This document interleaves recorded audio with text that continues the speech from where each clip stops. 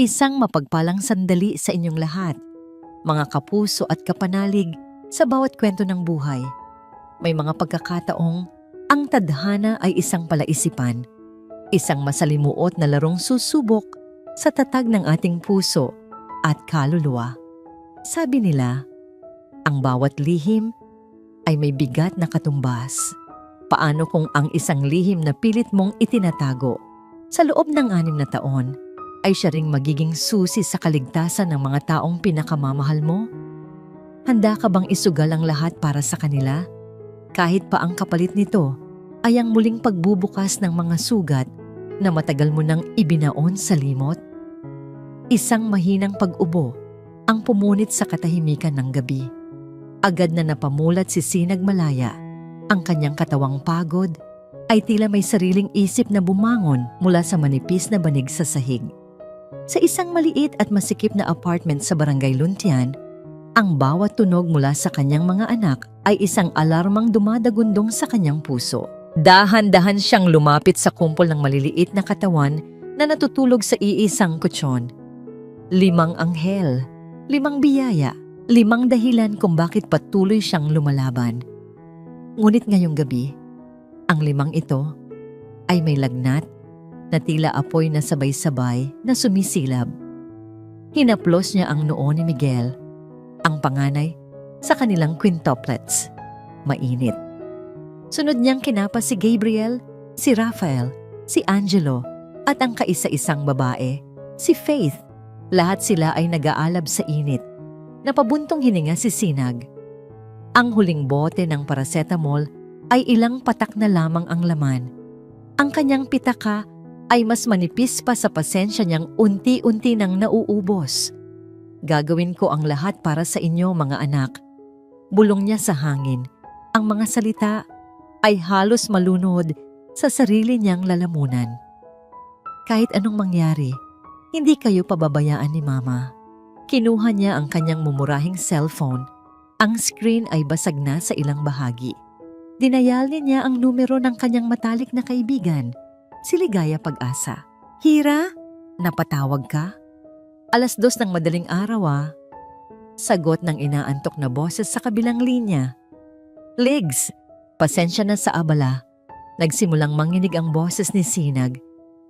Yung mga bata, mataas na naman ang lagnat. Ubus na ang gamot namin. Narinig niya ang kaluskos sa kabilang linya. Senyales na bumangon na si Ligaya. Huwag kang mag-alala. May konti pa akong naitabi dito. Padadalhan kita sa Lala Move pagka-deliver ko ng kape mamayang umaga. Kumain ka na ba? Huwag mo nang isipin yon. Mabilis na sagot ni Sinag. Ayaw niyang maging pabigat pa. Salamat, Ligs. Utang ko na naman sa'yo to. Ano ka ba? Walang utang-utang sa magkakaibigan. Mariing sabi ni Ligaya. Basta magpakatatag ka dyan, Hira. Malalagpasan niyo rin yan.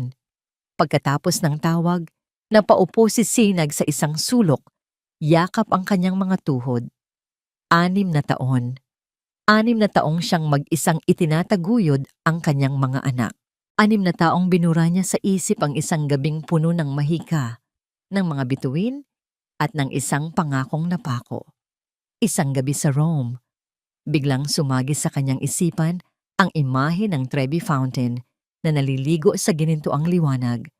Ang tunog ng malamyos na musika mula sa isang kalapit na restaurant at ang mainit na haplos ng mga kamay ng isang lalaking nagpakilala bilang si Alessandro De Luca. Isang lalaking may mga matang singlalim ng gabi at isang ngiting kayang tunawin ng kahit anong pag-aalinlangan. Ang mga bituin ng Roma ay walang-wala kumpara sa ningning ng iyong mga mata. Sinag. Mapait siyang napangiti. Ang ningning na yon ay matagal nang napalitan ng pagod at pag-aalala. Ang lalaking iyon, nakilala sa mundo ng negosyo bilang si Talaalon, ay isang multo na lamang mula sa nakaraan. Isang magandang panaginip na naging isang mahabang bangungot. Isang tunog ng notifikasyon mula sa kanyang cellphone ang pumutol ka sa kanyang pagbabalik tanaw. Isang email. Sino naman kaya ang mag-e-email sa kanya sa ganitong oras? Binuksan niya ito, ang mga matay nanlalabo dahil sa antok. Mula ito sa kanyang part-time online job bilang isang graphic designer. Subject: Urgent. Presentation for fashion house ng Diwata. Kinabahan siya. Ito ang proyektong pinaghirapan niya sa loob ng isang buwan. Isang malaking kliyente mula sa Italia. Isang oportunidad na maaaring maging sagot sa kanyang mga problema. Binasa niya ang nilalaman ng email. Dear Ms. Malaya, good day. We are pleased to inform you that your initial designs have been highly praised by our Italian partners. They have requested an urgent in-person presentation tomorrow at 10:20 a.m. at our Makati headquarters. The CEO himself, Mr. Tala Alon, will be flying in from Milan to personally oversee this final presentation. This could lead to a long-term high-value contract for you. Please confirm your attendance immediately. Thank you. Bawat salita ay tila isang suntok sa kanyang sikmura. Fashion house ng Diwata, De Luca Moda, Mr. Tala Alon. Nabitawan niya ang kanyang cellphone. Tumama ito sa sahig na may mahinang kalabog, ngunit hindi niya ito narinig. Ang tanging naririnig niya ay ang malakas na pagkabog ng kanyang dibdib. Ang lalaki mula sa Rome. Ang ama ng kanyang mga anak. Ang dahilan ng kanyang lakas at ng kanyang pinakamalalim na lihim ay babalik. Hindi. Hindi maaari. Paano? Bakit ngayon? Nanginginig ang mga kamay na pinulot niya ang cellphone. Tinitigan niya ang pangalan sa screen paulit-ulit na para bang sa pagtingin niya ay maglalaho ito. Pero hindi. Nandoon pa rin. Totoo. Napalingon siya sa kanyang mga anak na mahimbing na natutulog sa kabila ng kanilang lagnat. Ang kanilang mga mukha. Isang halo ng kanyang mga tampok at ng mga tampok ng lalaking iyon. Ang kanyang 5 biyaya. Ang kanyang 5 lihim. Ang trabahong ito, ang tanging pag-asa niya. Ang kontratang ito, ang maaring magligtas sa kanila mula sa kahirapan. Ngunit ang kapalit ay ang pagharap sa multo ng kanyang nakaraan. Isang multong hindi alam na may 5 buhay na nabuo mula sa isang gabing puno ng mga bituin at pangako. Huminga siya ng malalim, pinipigilan ang mga luhang nagbabadyang tumulo. Hinaplos niya ang buhok ni Faith, tiningnan niya ang mga mukha ng kanyang mga anak, isa-isa. Sa kanilang mga musmos na mukha, nakita niya ang kanyang dahilan. Ang kanyang huling liwanag. Kinuha niya muli ang cellphone at nagsimulang mag-type ng kanyang tugon. I will be there. Kailangan niyang gawin to para sa kanila. Ang pribadong jet ay marahang lumapag sa tarmac ng Ninoy Aquino International Airport. Ngunit sa isipan ni Tala Alon, ang kanyang paglalakbay ay hindi pa tapos. Ito ay nagsisimula pa lamang. Mula sa bintana, tanaw niya ang maninipis na ulap na bumabalot sa papalubog na araw sa Maynila. Isang tanawing hindi na niya nakita sa loob ng 6 na taon. Pagbaba niya ng eroplano, ang init at halumigmig ng Pilipinas ay agad na sumalubong sa kanya. Isang matinding kaibahan sa malamig na hangin ng Milan. Ngunit hindi ito ininda ni Tala. Ang kanyang ekspresyon ay nanatiling malamig. Ang kanyang mga galaw ay kalkulado. Suot ang isang mamahaling itim na suit, siya ay larawan ng kapangyarihan at kontrol. Ngunit sa ilalim ng perpektong panlabas na anyo, isang anino ang patuloy na bumabagabag sa kanya. Habang naglalakad siya patungo sa naghihintay na sasakyan, isang pamilyar na amoy ng sampagita mula sa isang vendor sa di kalayuan ang biglang naghatid sa kanya pabalik sa nakaraan. Isang hardin. Tawa. Ang amoy ng sampagwita sa buhok ni Bianca, ang kanyang yumaong kasintahan. Mabilis niyang iwinaksi ang alaala. Napakuyom ang kanyang kamao. Ang nakaraan ay isang kulungan at matagal na siyang nagpasyang huwag nang maging bilanggo nito. Ang tanging mahalaga ngayon ay ang negosyo, ang fashion house ng Diwata, ang legacy ng mga De Luca. Sir, diresto na po ba tayo sa hotel? Tanong ng kanyang assistant. Hindi. Sa opisina, mariing sagot ni Tala, ang mga matay nakatuon sa daan. May presentasyon tayong kailangang tapusin. Ang gusali ng fashion house ng Diwata sa Makati ay tila isang dambuhalang salamin na sumasalamin sa langit. Para kay Sinag, nakagagaling lang sa masikip na eskinita ng Barangay Luntian, ang pagtayo sa harap nito ay parang pagharap sa isang ibang mundo. Nakahinga siya ng malalim, ang malamig na hangin mula sa aircon ng lobby ay tila nagyayelo sa kanyang mga baga. Ang bawat hakbang niya sa makintab na sahig ay mabigat. Ang bawat bulungan ng mga empleyadong nakasasalanay tila isang paghusga. Suot ang kanyang pinakamatinong blazer na ilang taon na niyang iniingatan. Pilit niyang itinago ang panginginig ng kanyang mga kamay. Para sa mga anak ko, para sa mga anak ko, paulit-ulit niyang bulong sa sarili. Isang mantra na nagbibigay sa kanya ng lakas. Pagdating sa conference room sa ika-4 basta, panpalapag, nadatnan niya ang ilang mga executive na nakaupo na. Tahimik ang silid, puno ng tensyon at pag-aabang. Sa gitna ng mahabang mesa, may isang upuang bakante. Ang upuan para sa pinakamataas. Ang upuan para sa kanya.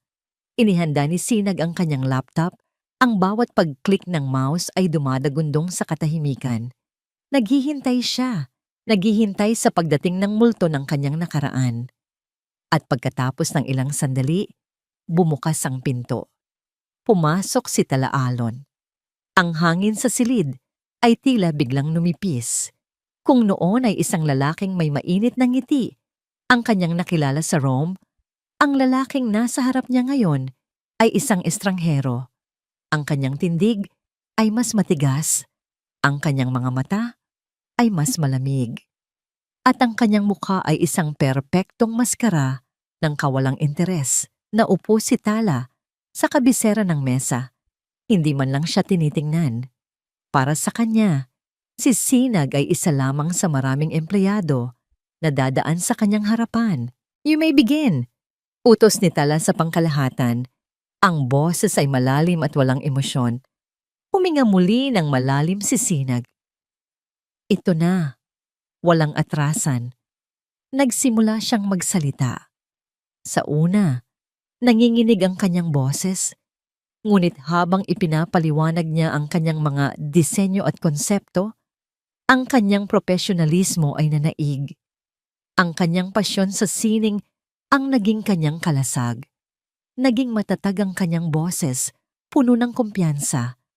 Naramdaman niyang nakikinig ang lahat, ngunit ang tanging atensyon na mahalaga sa kanya ay ang atensyon ng lalaking nasa dulo ng mesa.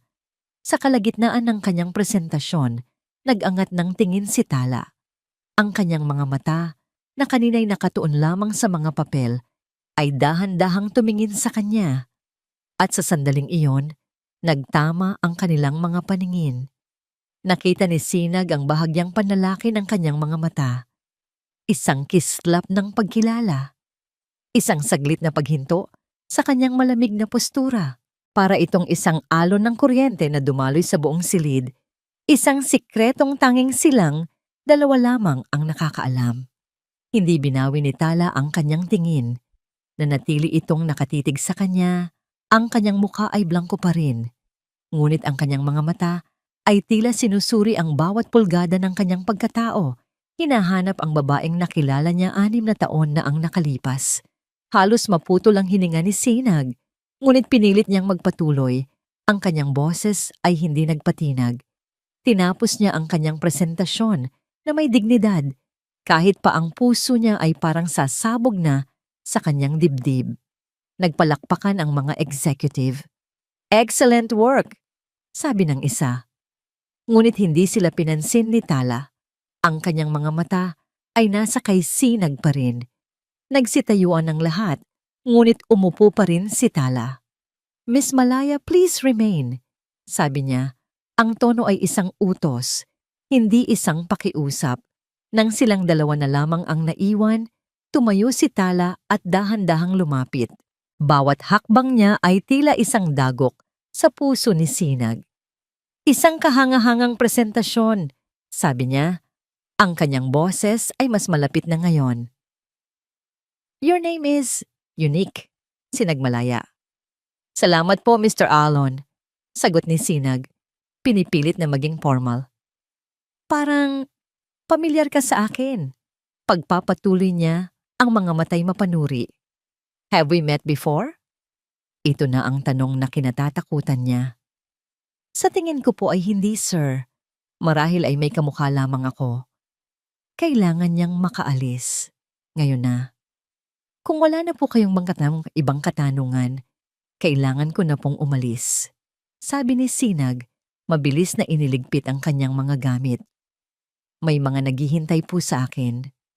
Isang bahagyang pagkunot ng noo ang lumitaw sa mukha ni Tala. Nagmamadali ka. Pasensya na po. Importante lang po talaga. Hindi na niya hinintay ang sagot nito. Mabilis siyang tumalikod at naglakad palabas ng silid.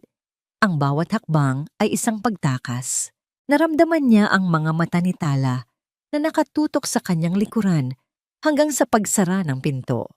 Sa loob ng conference room, naiwang mag-isa si Tala Alon.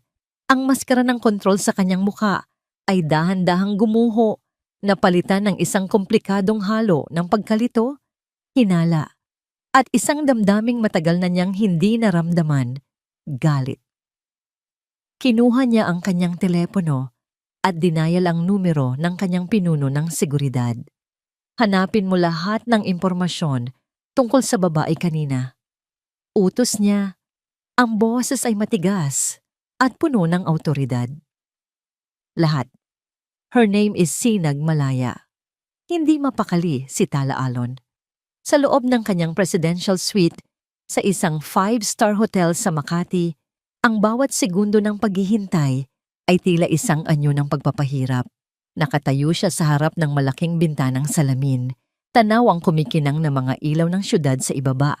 Ngunit ang kanyang isipan ay nasa isang lugar lamang, sa babaeng may mga matang puno ng lihim. Sinag-Malaya, may kung anong bumabagabag sa kanya. Isang damdaming hindi niya maipaliwanag. Isang bagay na mas malalim pa sa simpleng pagkilala. Isang katok sa pinto ang pumutol sa kanyang pag-iisip. Pasok! Malamig niyang sabi. Pumasok ang kanyang pinuno ng seguridad, isang lalaking nasa edad 40. Dala ang isang payak na brown envelope. Walang salitang namutawi. Inilapag lamang nito ang envelope sa ibabaw ng glass table at marahang umatras. Naiwan muling mag-isa si Tala. Tinitigan niya ang envelope na para bang ito ay isang bomba na anumang oras ay maaaring sumabog. Dahan-dahan siyang lumapit at naupo.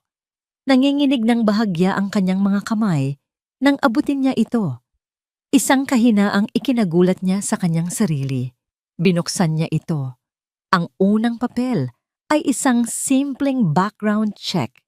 Nakasaad doon ang address ni Sinag sa Barangay Luntian. Kumunot ang kanyang noo. Ang isang babaeng may ganitong talento ay nabubuhay sa isang lugar na ganoon. Ngunit ang sumunod na mga papel ang nagpatigil sa pag-ikot ng kanyang mundo. 5 birth certificate, magkakasunod. Magkakapareho ang petsa ng kapanganakan. 6 na taon na ang nakalipas. Ang petsang yon ay tila isang punyal na bumaon ng diretso sa kanyang puso. Eksaktong 9 na buwan matapos ang gabing iyon sa Rome. Miguel Malaya, Gabriel Malaya, Rafael Malaya, Angelo Malaya, Faith Malaya. Nalaglag ang mga papel mula sa kanyang kamay. Ang huling piraso ng ebidensya na naiwan sa kanyang kandungan ay isang litrato. Isang litratong kupas, kuha mula sa malayo. Si Sinag nakangiti habang akay-akay ang 5 maliliit na bata na masayang naglalaro sa isang simpleng parke. Tinitigan niya ang mga mukha ng mga bata. Ang ilan ay may hugis ng kanyang mga mata. Ang isa ay may katulad ng ngiti. Ang isa pa ay may parehong kurba ng kanyang kilay. Hindi maaari. Isang nag-aalab na galit ang biglang pumuno sa kanyang buong pagkatao. Galit na nagmula sa isang lugar ng matinding sakit at pagtataksil. Niloko siya. Sa loob ng 6 na taon, nabuhay siyang walang kaalam-alam habang ang babaeng iyon ay itinatago ang 5 piraso ng kanyang pagkatao. Agad siyang tumayo, sinunggaban ng susi ng kanyang kotse at nagmamadaling umalis. Ang kontrol na matagal niyang iningatan ay gumuho na. Ang tanging nasa isip niya ngayon ay ang paghahanap ng kasagutan. Ang biyahe patungong Barangay Luntian ay isang malabong imahe lamang sa kanyang isipan. Hindi niya napansin ang masisikip na kalsada o ang mga taong napapatingin sa kanyang mamahaling sasakyan. Huminto siya sa tapat ng isang lumang apartment building, ang address na nakasulat sa report. Hindi na siya kumatok. Malakas at sunod-sunod na kalampag ang ginawa niya sa manipis na pinto. Nang bumukas ito, bumungad sa kanya si Sinag. Ang kanyang mukha ay puno ng pagod, ngunit nang makita siya nito, napalitan iyon ng gulat at takot. "Tala, anong ginagawa mo rito?" Hindi siya sumagot. Itinulak niya ang pinto at pumasok. Ang kanyang presensya ay tila nilamon ang kabuuan ng maliit na sala. Ngayon niya lamang napansin ang karukhaan ng pamumuhay nito, ang mga lumang kasangkapan, ang mga nakasampay na damit ng mga bata sa isang sulok, ang amoy ng gamot na nanunuot sa hangin. Nasaan sila? Mariin niyang tanong. Ang mga matay nagliliyab sa galit. Sa sino? Naguguluhang tanong ni Sinag, umatras ng isang hakbang. Huwag ka nang magsinungaling, Sinag.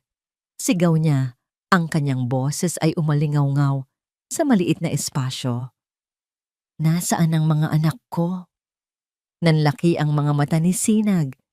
Ang takot ay napalitan ng isang maprotektang ekspresyon. Wala kang karapatan. Karapatan? Putol niya sa sasabihin nito. Ang bawat salita ay puno ng pait. 6 na taon mo silang itinago sa akin. 6 na taon mo akong ginawang tanga. Bakit, Sinag? Bakit hindi mo sinabi sa akin? Nagsimulang mamuo ang mga luha sa mata ni Sinag, ngunit hindi siya nagpatinag. Para saan pa? Para itakwil mo sila? Para pagtawanan mo ako? Nakita mo ba ang sarili mo, Tala? Isa kang bilyonaryo. Ano naman ang gagawin mo sa mga anak ng isang hamak na tulad ko? Kaya ba hindi mo sinabi? Pera ba ang habol mo? Naghihintay ka ba ng tamang pagkakataon para mas malaki ang makukuha mo? Akusa niya. Ang mga salita'y masakit at walang basihan, ngunit dala lamang ng kanyang matinding galit. Ang kapal ng mukha mo. Umiiyak na sagot ni Sinag. Hindi mo alam ang pinagdaanan ko. Hindi mo alam kung gaano kahirap itaguyod ang 5 anak ng mag-isa. Araw-araw, pinapatay ko ang sarili ko para lang may makain sila, para lang may maipambili ako ng gamot nila. Kung sinabi mo lang sana, sinubukan ko. Sigaw niya pabalik, ang boses ay basag na. Sinubukan kitang kontakin. Nagpadala ako ng email. Pero wala. Walang sumagot. Ano ang inaasahan mong gawin ko? Magmakaawa sa isang lalaking malinaw na ayaw magkaroon ng kinalaman sa akin? Hindi pinansin ni Tala ang kanyang sinabi. Para sa kanya, iyon ay isang palusot lamang. Ang tanging nakikita niya ay ang 6 na taon ng kasinungalingan. Lumapit siya, ang kanyang mga matay nakatitig ng diretso sa kanya. Hindi ako aalis dito hanggat hindi ko sila nakikita. Ngunit bago pa man makasagot si Sinag, isang pamilyar na boses ang narinig ni Tala mula sa kanyang likuran. Kuya, anong nangyayari dito? Napalingon si Tala. Nakatayo sa may pintuan si Anino lihim, ang kanyang nakababatang kapatid. Ang muka ay nagpapakita ng perpektong halo ng pag-aalala at pagtataka. Malinaw na sinundan siya nito. Tumingin si Anino mula kay Tala patungo sa umiiyak na si Sinag at pagkatapos ay sa miserableng kalagayan ng apartment. Ano ang ibig sabihin ng mga anak ko? Tanong ni Anino. Ang boses ay puno ng pagkukunwaring inosente. Hindi sumagot si Tala. Tinalikuran niya ang kanyang kapatid at muling hinarap si Sinag. Ang kanyang desisyon ay buo na. Akin sila, Sinag. Mariin niyang sabi. Ang bawat salita ay isang deklarasyon ng digmaan. Mga anak ko rin sila. At kukunin ko ang karapatan ko bilang ama nila. Sa ayaw mo man o sa gusto. Nakatayo sa dilim ng pasilyo, pinakinggan ni Anino lihim ang bawat salitang binitiwan ng kanyang kapatid. Mga anak ko rin sila. Ang mga salitang yon ay hindi lamang isang pag-amin. Para kay Anino, iyon ay isang banta. Isang banta sa lahat ng pinaghirapan niya. Isang banta sa kanyang posisyon, sa kanyang kinabukasan, at sa kapangyarihang matagal na niyang inaasam. Habang nagmamaneho siya palayo sa Barangay Luntian, ang kanyang mga kamay ay mahigpit. Na nakakapit sa manibela, ang mga ugat ay lumilitaw, ang babaeng yon. Si Sinag, isang hamak na babae mula sa kung saang lupalop. At ngayon ay may kakayahan siyang guluhin ang perpektong mundong binuo ni Anino para sa kanilang pamilya. Isang mapait na ngiti ang sumilay sa kanyang mga labi. Naalala niya ang email na yon. 6 na taon na ang nakalipas. Isang email mula sa isang sinagmalaya, naglalaman ng isang balitang maaaring sumira sa lahat. Isang pagbubuntis. Sa isang simpleng pag-click, binura niya ito. Inilihis niya ang landas ng tadhana. Akala niya, tapos na. Akala niya na ilibing na niya ang sikretong yon magpakailanman. Ngunit heto ngayon ang sikreto. May 5 buhay na katibayan. Hindi maari. Bulong niya sa sarili, ang boses ay puno ng lason. Hindi ko hahayaang sirain ng isang pipitsuging babae at ng kanyang mga bastardo ang pamilyang ito. Pagdating niya sa kanyang opisina, agad niyang tinawagan ng kanyang pinagkakatiwalaang public relations head. Isang taong bihasa sa paglalaro ng maruming laro ng media. May trabaho ako para sa'yo, sabi ni Anino. Ang boses ay malamig at walang bakas ng emosyon.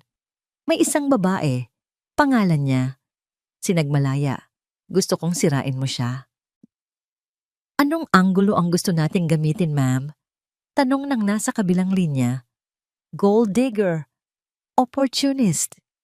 Isang babaeng ginamit ang kanyang katawan para umakyat sa buhay. Ipakalat niyo ang kwentong nilandi niya, si Tala Alon 6 na taon, na ang nakalipas para lang makakuha ng pera.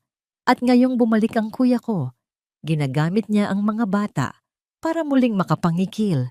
Nag-alinlangan sandali ang kausap niya. Pero ma'am, mga bata, baka mag-backfire sa atin. Gawin mo ang sinabi ko. Mariing utos ni Anino. Gamitin niyo ang mga litratong kuha sa labas ng apartment niya. I-blur niyo ang mga mukha ng bata. Ngunit ipakita niyo ang karukhaan ng kanilang pamumuhay. Palabasin ninyong hindi niya kayang alagaan ang mga ito, na ginugutom niya ang sarili niyang mga anak. Gusto kong kamuhian siya ng buong Pilipinas. Pagkatapos ng tawag, sumandal si Anino sa kanyang upuan. Isang pakiramdam ng kapangyarihan ang dumaloy sa kanyang katawan. Hindi ito para lamang sa pagprotekta sa pangalan ng pamilya. Ito ay para sa kanya. Kung magkakaroon ng mga tagapagmana si Tala, masisira ang lahat ng kanyang plano para makuha ang kontrol sa fashion house ng Diwata. Ang mga batang yon ay hindi biyaya. Sila ay mga balakid at kailangan niyang alisin ang mga ito sa kanyang daraanan. Kinabukasan, nagsimula ang impyerno para kay Sinag. Nagising siya sa sunod-sunod na tunog ng notifikasyon mula sa kanyang cellphone. Nang buksan niya ito, bumungad sa kanya ang kanyang sariling muka sa isang sikat na gossip blog. Sino si Sinagmalaya? Ang babae sa likod ng 5 anak ni Tala Alon. Ipinaglihi nga ba sa ginto? Ang kanyang dugo ay tila nagyelo. Sunod-sunod niyang nakita ang mga artikulo, mga social media posts, mga litrato niya nakuha sa labas ng kanilang apartment. Ang kanyang buhay Ang kanyang kahirapan ay nakalatag ngayon para pagpiestahan ng buong mundo. Ang mga komento ay mas masahol pa. Gold digger! Kitang-kita sa mukha. Kawawa naman si Sir Tala, na-trap ng isang desperada.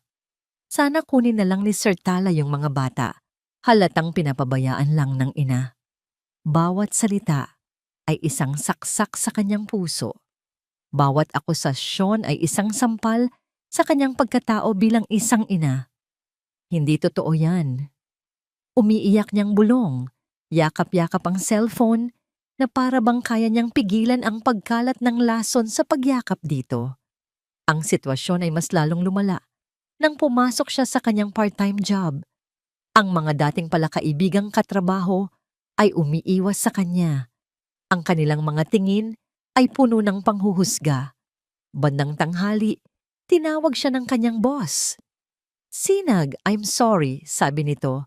Hindi makatingin ng diretso sa kanya. Ang gulo na to. Nakakaapekto na sa kumpanya. Ang mga kliyente natin ayaw madawit sa iskandalo. Kailangan ka muna naming i-let go. Gumuho ang mundo ni Sinag. Ang trabahong ito, ang tanging bumubuhay sa kanila, nawala na. Paglabas niya ng gusali, sinalubong siya ng ilang mga reporter, mga kamera, mga mikroponong itinatapat sa kanyang mukha. Miss Malaya, totoo po bang pera lang ang habol niyo kay Mr. Elon? 6 na taon niyo pong itinago ang mga bata. Bakit ngayon lang kayo lumitaw? May mensahe po ba kayo sa pamilya De Luca? Hindi siya makasagot. Ang kanyang lalamunan ay tila may bumara. Naramdaman niya ang matinding pagkahilo. Ang tanging nagawa niya ay takpan ang kanyang mukha at tumakbo. Tumakbo palayo sa mga kamerang walang awang ninanakaw ang kanyang dignidad. Pag-uwi niya sa apartment, nanginginig at luhaan, naabutan niya si Ligaya na nag-aalaga sa kanyang mga anak. Hira, nakita ko ang balita. Anong nangyari? Puno ng pag-aalalang tanong nito. Yumakap si Sinag sa kanyang kaibigan at doon ibinuhos ang lahat ng kanyang sakit at takot. Sinira nila ako, Ligs. Sinisira nila ang pagkatao ko. Habang umiiyak siya, napatingin siya sa telebisyon. Ipinapalabas ang isang interview, isang business news segment, at ang taong ini-interview ay si Tala Alon. Pinahinaan ni Ligaya ang boses ng TV. Huwag mo nang panoorin yan, Hira. Masasaktan ka lang. Ngunit hindi niya maalis ang kanyang tingin. Mr. Elon? Tanong ng reporter. With all these rumors circulating about Miss Sinag Malaya, what can you say? Do you believe she's just after your money? Huminto ang paghinga ni Sinag. Heto na. Ang hatol mula mismo sa ama ng kanyang mga anak. Tumingin si Tala ng diretso sa kamera. Ang kanyang mukha ay seryoso at hindi mabasa. I cannot comment on the specifics of a private matter.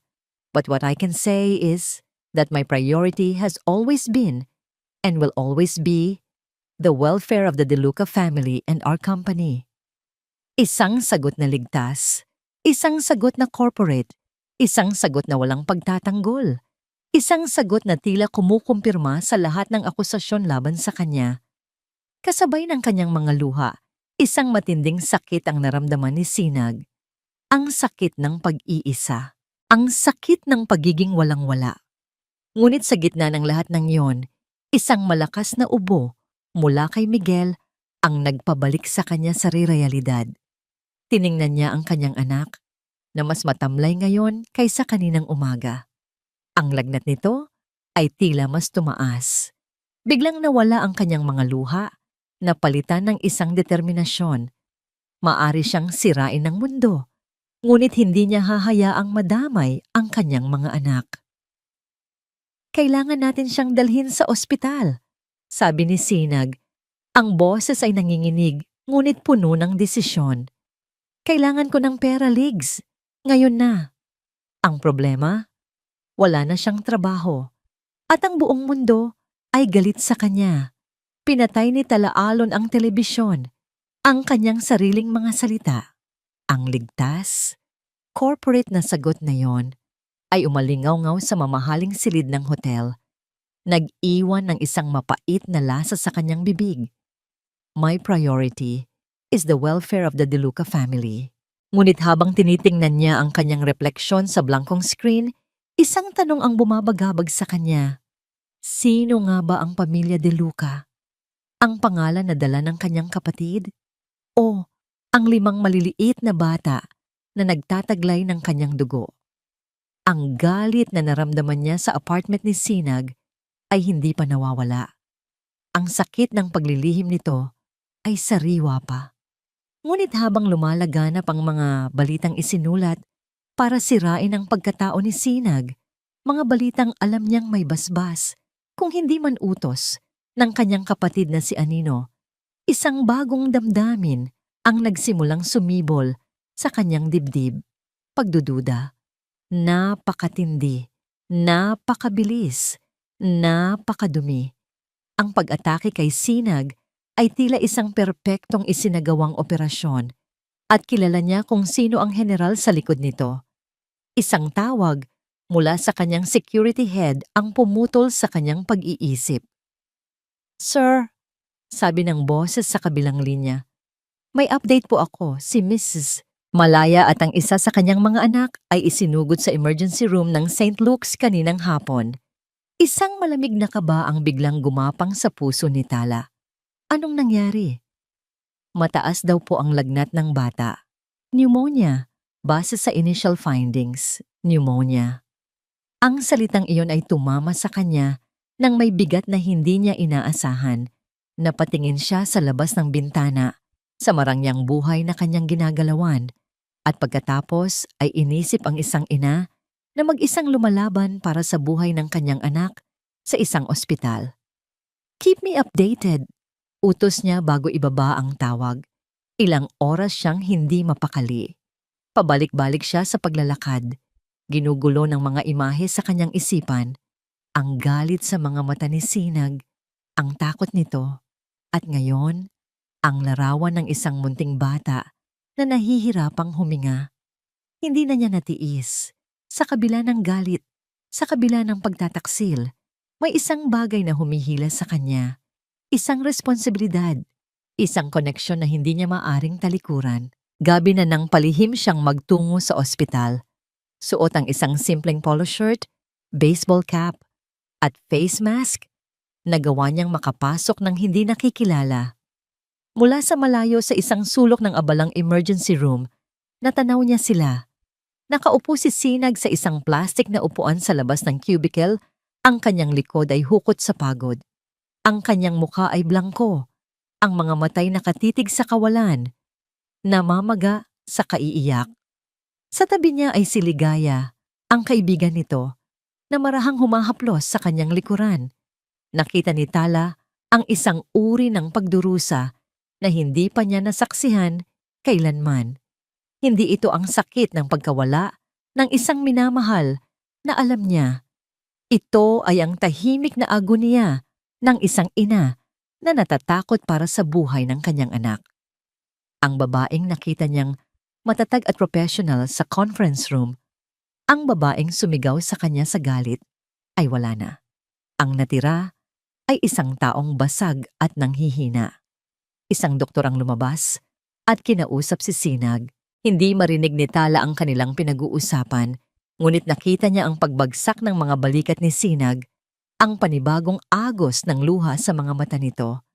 Sa sandaling iyon, ang galit ni Tala ay nagsimulang matunaw, napalitan ng isang damdaming mas komplikado, pagsisisi. Ano nga ba ang nagawa niya? Ano ang nagawa ng kanyang pamilya? Umalis siya sa ospital na may bigat sa dibdib. Pagbalik sa hotel, sinalubong siya ni Anino na malinaw na naghihintay sa kanya. "Kuya, saan ka galing?" "Nag-alala ako," sabi nito. Ang boses ay puno ng pekeng pagmamalasakit. "Nakita mo ba ang mga balita? Grabe talaga ang babaeng yon. Desperada. Buti na lang at lumabas na ang totoo bago pa niya sirain ang pangalan natin." Tinitigan ni Tala ang kanyang kapatid. Sa unang pagkakataon, nakita niya ang mga bitak sa perpektong maskara nito, ang kislap sa mga mata nito habang sinisiraan si Sinag, ang kasiyahan sa boses nito. Masyadong mabilis kumalat ang katotohanan, hindi ba, Anino? Mahinahong tanong ni Tala. Ang kanyang boses ay may pahiwatig ng yelo. Natigilan si Anino.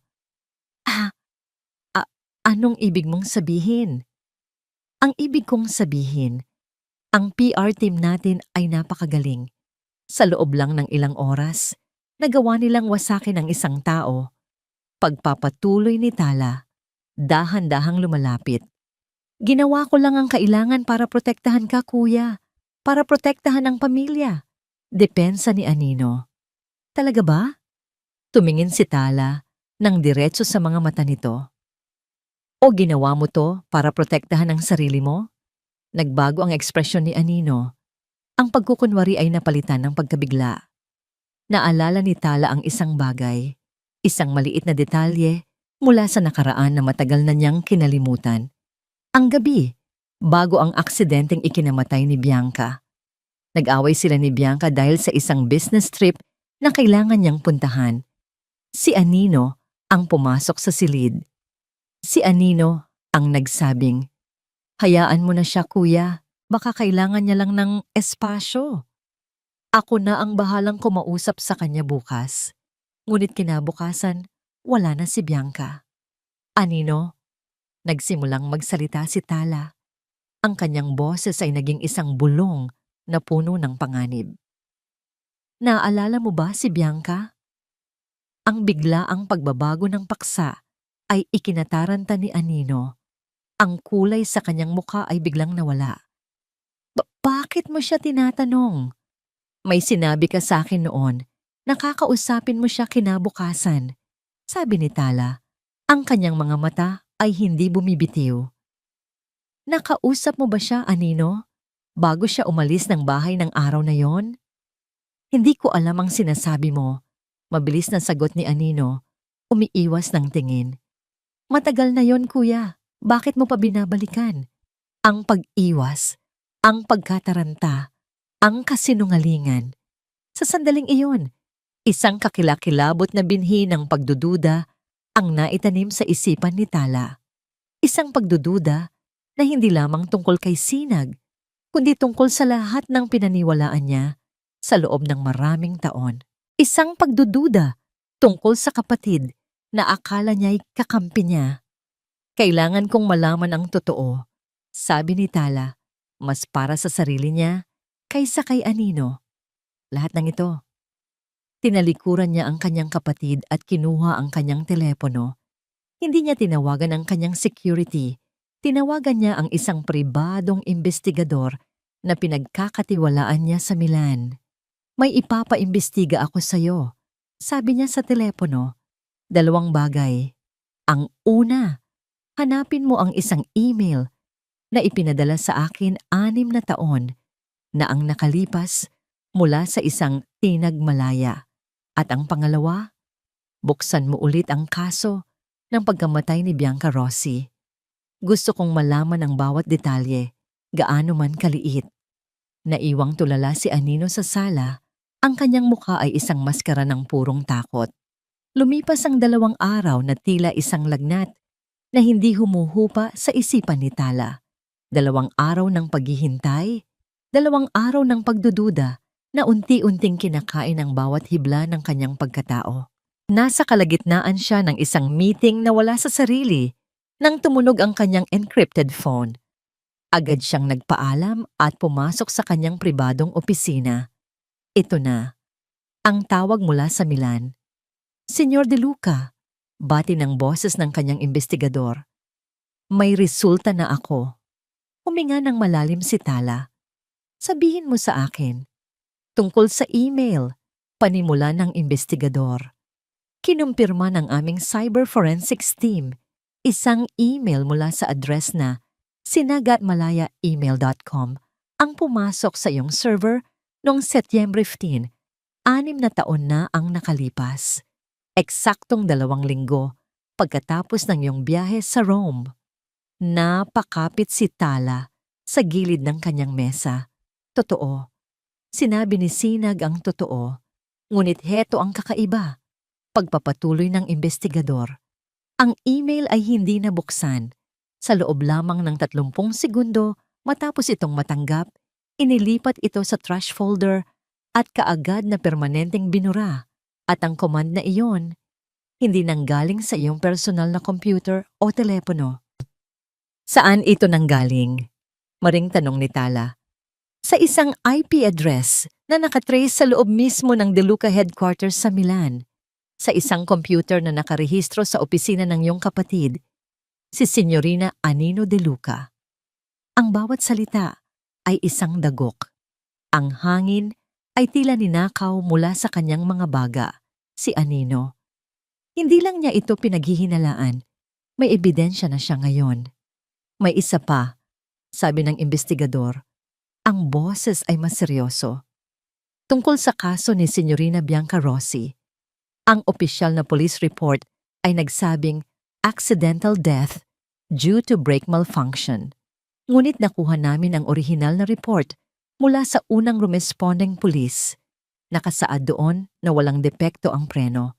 Ang report na yon ay biglang nawala at napalitan ng bago isang araw pagkatapos ng aksidente. Sa panahong ang pamilya De Luca, sa pangunguna ni Signorina Anino, ang nakikipag-ugnayan sa pulisya. Napaupo si Tala. Ang lahat ay nagsimulang maging malinaw. Isang nakakakilabot na larawan ng panlilinlang. Hindi aksidente ang lahat. Lahat ay may nagplano. Lahat ay may nagtago. Pagkatapos ng tawag, nanatili siyang nakaupo sa dilim ng kanyang opisina. Ang galit niya kay Sinag ay ganap ng naglaho. Napalitan ng isang napakalaking alon ng pagsisisi at galit na nakatuon sa iisang tao lamang, ang kanyang kapatid. Pinatunayan niyang totoo ang email, ngunit kailangan niyang marinig ang panig ni Sinag. Kailangan niyang malaman kung ano ang naramdaman nito, kung ano ang pinagdaanan nito matapos siyang walang awang burahin sa buhay niya. Ngunit alam niyang hindi siya kakausapin ni Sinag. May isang tao na lang siyang maaaring lapitan. Abala si Ligaya sa pagtitimpla ng kape sa kapehan ng liwanag, ang maliit ngunit maaliwalas na coffee shop na kanyang pinagtatrabahuan, nang isang anino ang tumabon sa kanyang counter. Inangat niya ang kanyang tingin. Handa nang batiin ang isang customer, ngunit natigilan siya. Si Tala Alon. Nakatayo ito sa kanyang harapan.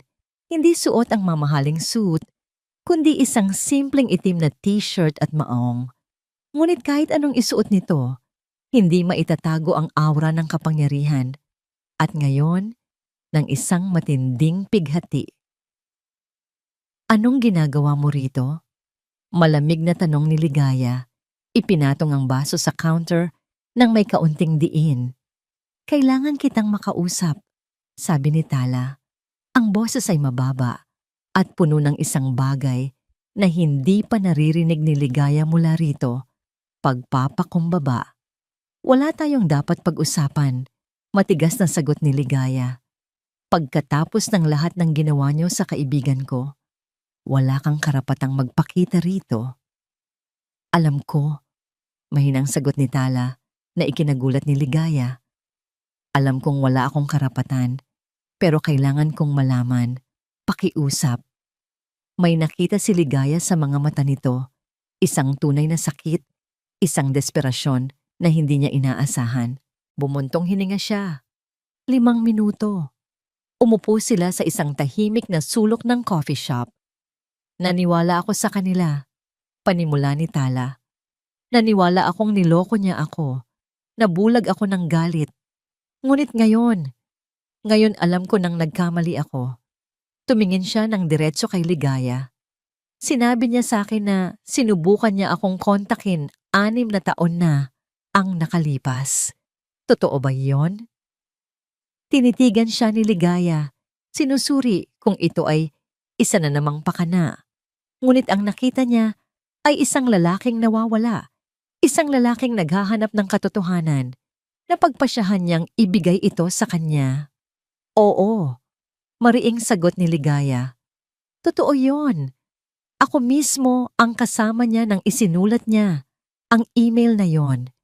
Ang bawat salita ay pinag-isipan niya. Hindi siya humihingi ng pera. Hindi siya nanunumbat.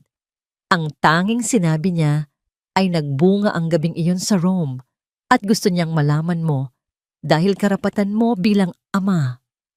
Napapikit si Tala. Ang sakit ay malinaw na nakaguhit sa kanyang mukha. Araw-araw, chine-check niya ang kanyang inbox. Pagpapatuloy ni Ligaya, ang boses ay nagsimulang manginig sa alaala. Sa unang linggo, puno pa siya ng pag-asa. Sa pangalawang linggo, napalitan iyon ng pag-aalala. Pagkatapos ng isang buwan, wala na. Tiningnan niya ako isang araw. Ang mga mata niya ay walang buhay at sinabing, siguro, hindi talaga niya gusto, Ligs. Siguro, isa lang akong pagkakamali. At mula noon, hindi na niya muling binanggit ang pangalan mo. Inilahad ni Ligaya ang lahat.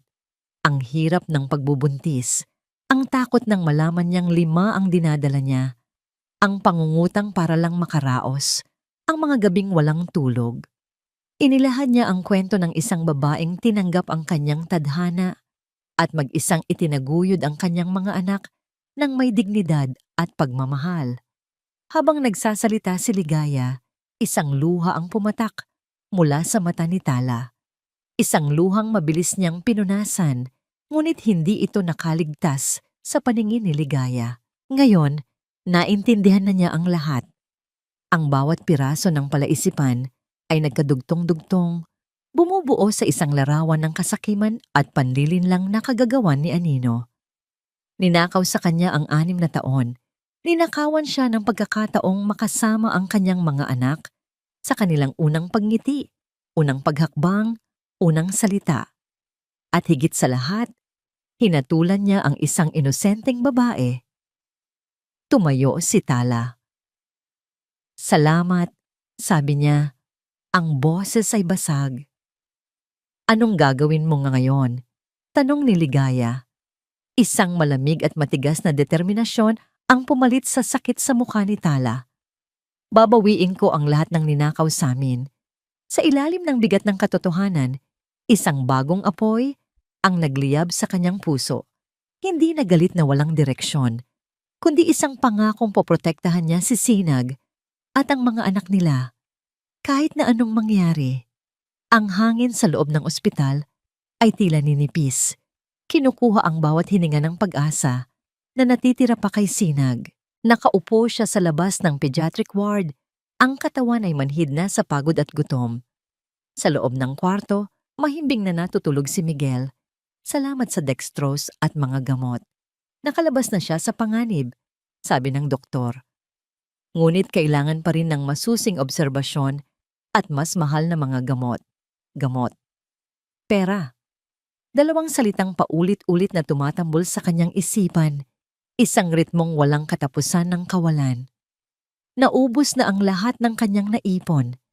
Pati ang kaunting tulong na naibigay ni Ligaya ay naibayad na rin sa paunang deposito sa ospital. Wala na.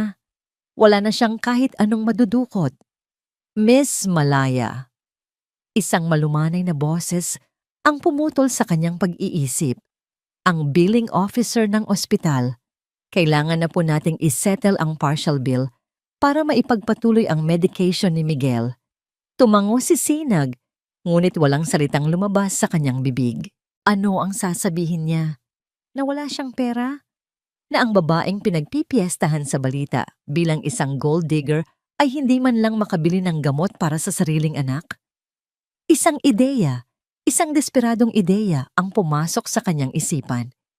Isang ideyang kinasusuklaman na niya, ngunit wala na siyang ibang pagpipilian. Kinuha niya ang kanyang cellphone at nanginginig na hinanap ang numero ng opisina ni Tala Alon. Hindi niya alam kung anong sasabihin, kung paano magmamakaawa. Ngunit para kay Miguel, lulunukin niya ang lahat ng kanyang pride. Fashion House ang Diwata, good morning. Pwede ko po bang makausap si Mr. Alon? Nanginginig niyang tanong. May I know who's calling, please? Sa Sinag. Sinagmalaya po. Isang sandaling katahimikan. I'm sorry, ma'am, but Mr. Alon is in a very important meeting. He left strict instructions not to be disturbed. Pakiusap. Pagmamakaawa ni Sinag, ang mga luha ay nagsimula na namang mamuo. Emergency ito, tungkol sa anak niya. I will relay the message, ma'am. Thank you. At ibinaba na ang telepono. Nagintay si Sinag. 1 minuto, 5, 10 minuto. Walang tawag na bumalik. Sa sandaling iyon, gumuho ang lahat.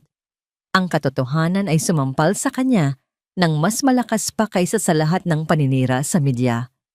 Para kay Tala, isa lamang siyang abala. Isang problemang kailangang iwasan, kahit na ang buhay ng sarili nitong anak ang nakataya. Pakiramdam niya ay nalulunod siya.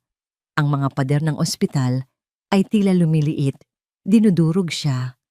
Ang mga bulungan ng mga taong nakakakilala sa kanya, sa pasilyo, ay tila mga sigaw sa kanyang tainga. Ang mukha ni Tala sa telebisyon, na walang emosyong nagsasabing ang pamilya de Luca ang kanyang prioridad, ay paulit-ulit na naglalaro sa kanyang isipan. Hindi niya nakaya. Umuwi siya sa kanilang apartment para kumuha ng ilang gamit. Pagpasok niya, naramdaman niya ang kakaibang katahimikan.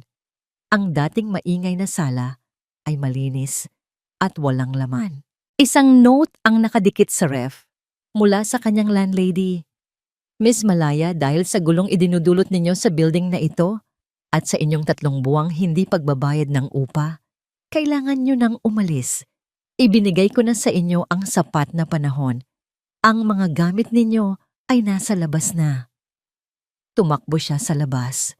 At doon, sa maruming pasilyo, nakatambak ang lahat ng kanilang ari-arian, ang lumang kutsyon, ang iilang piraso ng damit, ang mga laruan ng kanyang mga anak. Ang buong buhay nila, itinapon na parang basura. Isang kapitbahay ang lumabas. Pasensya ka na, Sinag, sabi nito. Puno ng awa ang mga mata. Pero yung mga reporter, pabalik-balik dito. Nagrereklamo na ang ibang mga boarders. Ang gulo. Wala nang natira sa kanya. Wala nang trabaho. Wala nang pera. Wala nang tahanan. Isang matinding pagod ang bumalot sa kanyang buong katawan. Isang pagod na hindi lamang pisikal, kundi emosyonal at espiritual. Suko na siya. Suko na siya sa paglaban sa isang mundong napakabagsik. Bumalik siya sa ospital, ang isip ay blanko. Dahan-dahan niyang inasikaso ang pag-discharge ni Miguel, nangakong babalikan ng bayarin. Isang kasinungalingang alam niyang hindi niya matutupad. Isinama niya ang 4 pa niyang anak na nasa pangangalaga, pansamantala ni Ligaya. Gabi. Ang 6 na mag-iina ay nakaupo sa isang bangko sa isang maliit, madilim na parke. Hindi kalayuan sa ospital. Yakap-yakap niya ang kanyang 5 anak na himbing na natutulog sa kabila ng lamig at gutom. Tumingin si Sinag sa kanilang mga mukha. Sila na lang ang mayroon siya. Sila ang kanyang mundo.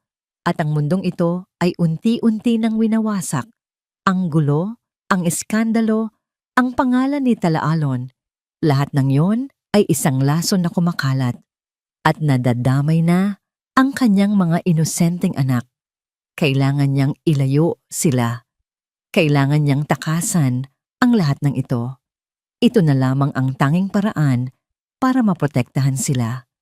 Hindi mula sa sakit o kahirapan, kundi mula sa pangalan ng kanilang sariling ama. Nanginginig ang mga kamay na binuksan niya ang kanyang pitaka. Kinuha niya ang natitirang pera, sapat lang para sa isang malayong biyahe sa beach. Isang biyahe patungo sa kung saan, kahit saan, basta't malayo sa lugar na ito. Sumulat siya ng isang maikling mensahe para kay Ligaya, isang mensaheng puno ng pasasalamat at paalam. Ipinadala niya ito, alam na marahil ay ito na ang huli nilang pag-uusap sa loob ng mahabang panahon. Dahan-dahan niyang ginising ang kanyang mga anak. Mga anak, gising na!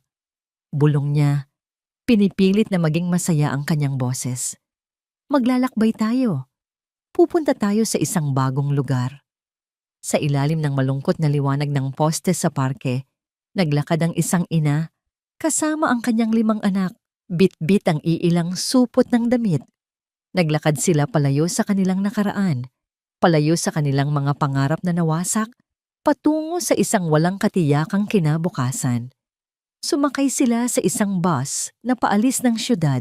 Habang papalayo ito, tiningnan ni Sinag ang mga ilaw ng Maynila na unti-unting lumiliit, hanggang sa naging maliliit na tuldok na lamang ito sa kadiliman.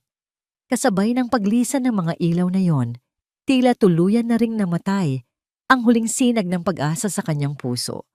May bagong determinasyon sa bawat hakbang ni Tala, alon, habang tinatahak niya ang pasilyo ng ospital. Ang bigat sa kanyang dibdib ay napalitan ng isang malinaw na layunin. Hindi na siya ang lalaking bulag sa galit. Ngayon, siya ang amang hahanapin ng kanyang pamilya.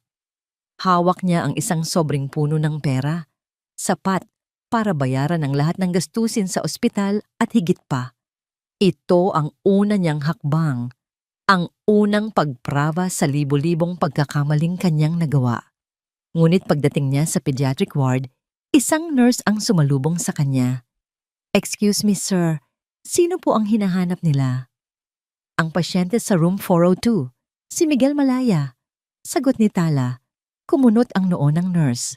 "Naku, sir, nakadischarge na po sila kaninang hapon. Mismong ang nanay niya po ang nag-asikaso." Natigilan si Tala. "Nakadischarge pero o saniyamre. Pero paano ang bayarin?" "Nangako po si Miss Malaya na babalikan niya. Emergency discharge po ang ginawa niya," paliwanag ng nurse. Isang malamig na takot ang gumapang sa kanyang puso. Tumakbo siya palabas ng ospital, ang isip ay blanko.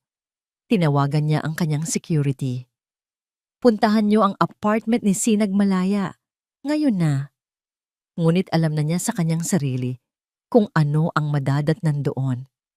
Makalipas ang ilang minuto, kinumpirma ito ng kanyang tauhan. Walang tao. Ang mga gamit ay nakatambak sa labas. Umalis na sila. Tumakas na siya.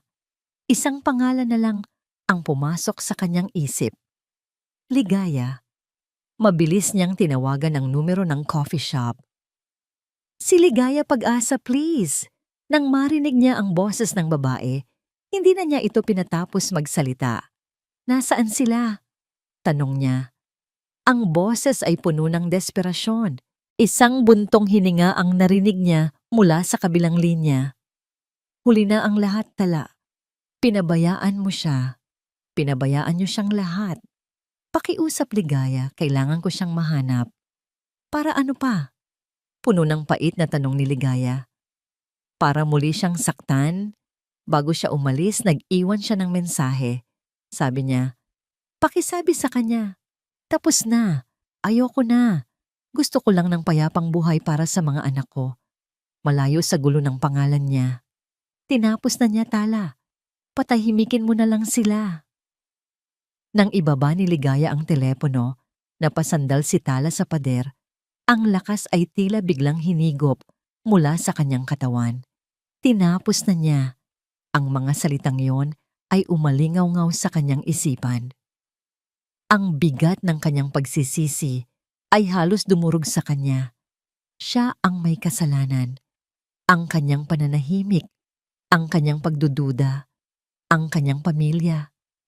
Itinulak nila si Sinag sa dulo ng bangin at ngayon, tumalon na ito para lang makalayo sa kanila. Isang imahe ang biglang pumasok sa kanyang isipan. Si Sinag sa ospital, mag-isa at pagod. At siya? Nasaan siya noong mga panahong yon? Nasa isang komportableng hotel, hinahayaang sirain ng kanyang kapatid ang buhay ng ina ng kanyang mga anak. Ang pagsisisi ay biglang nag-alab at naging galit. Galit sa sarili at isang nagngangalit na determinasyon. Kung salita lang ang kailangan para sirain si Sinag, salita rin ang gagamitin niya para itama ang lahat. Bumalik siya sa hotel. Naabutan niya si Anino sa sala. Nagbabasa ng isang fashion magazine na para bang walang nangyari. Kuya, you're back. I was thinking, magpatawag ka ng press conference. Putol ni Tala, ang boses ay malamig at walang emosyon. Bukas ng umaga, sabihin mo sa lahat ng major news outlets, mandatory attendance. Natigilan si Anino. Press con?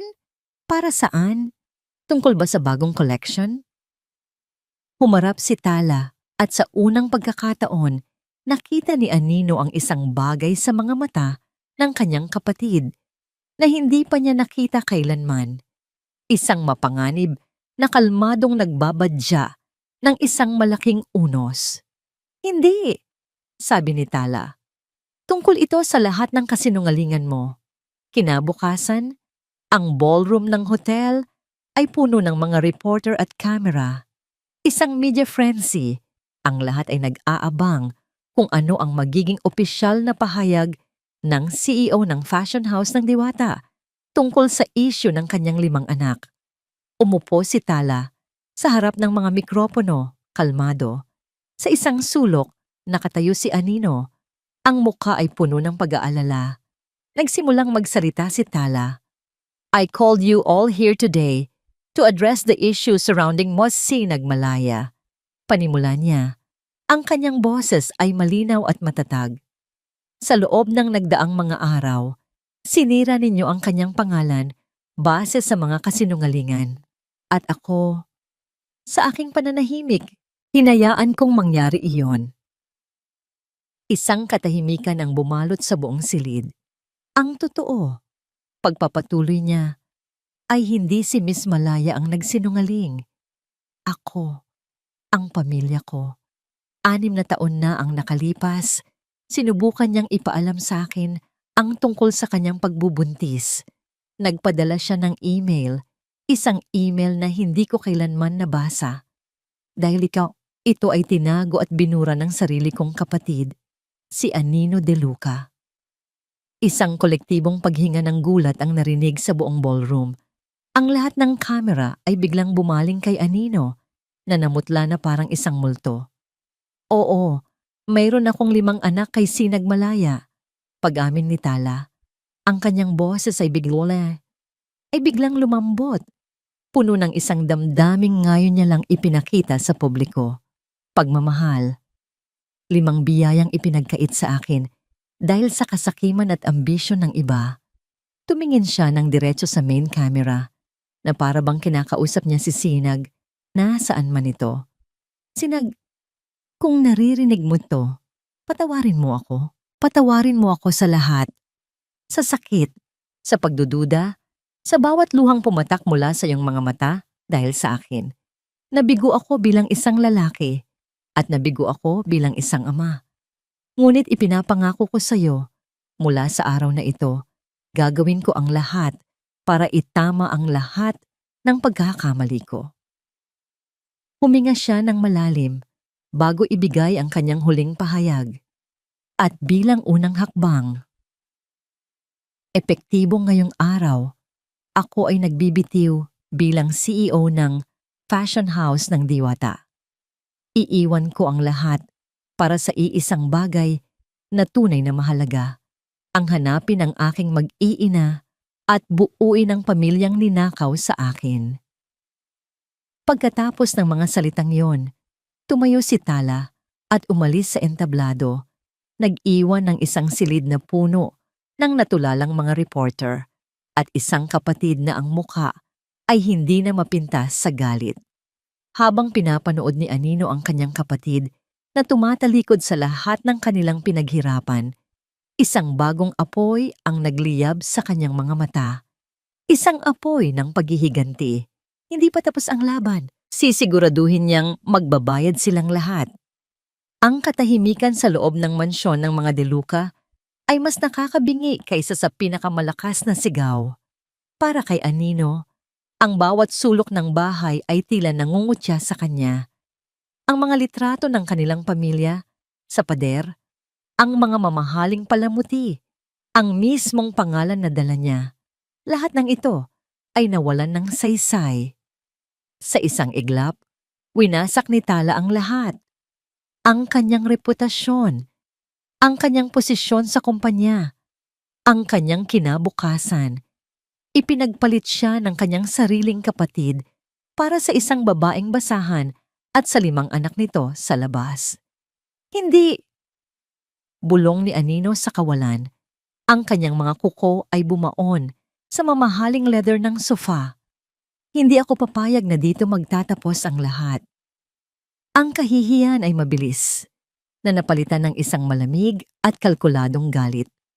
Kung akala ni Tala ay tapos na ang laban, nagkakamali siya. Palagi siyang may huling baraha. Isang alas na matagal na niyang itinatago. Naghihintay ng tamang pagkakataon. At ngayon na ang panahong iyon, tumayo siya at nagtungo sa lumang aklatan ng kanilang ama. Sa likod ng isang hilera ng mga librong hindi pa nabubuksan sa loob ng maraming taon, may isang maliit at nakatagong safe. Tanging siya at ang kanilang ama ang nakakaalam nito. Dahan-dahan niyang inilagay ang kombinasyon. Bumukas ito na may mahinang kalansing. Sa loob, kinuha niya ang isang manipis na folder. Ang laman nito ay hindi kayamanan o alahas, kundi isang sikretong mas makapangyarihan pa sa pera. Isang sikretong maaaring tuluyang dumurog, hindi lang kay Tala, kundi sa buong legacy ng fashion house ng Diwata. Ngumisi si Anino. Akala ni Tala ay siya ang biktima sa pagkamatay ni Bianca.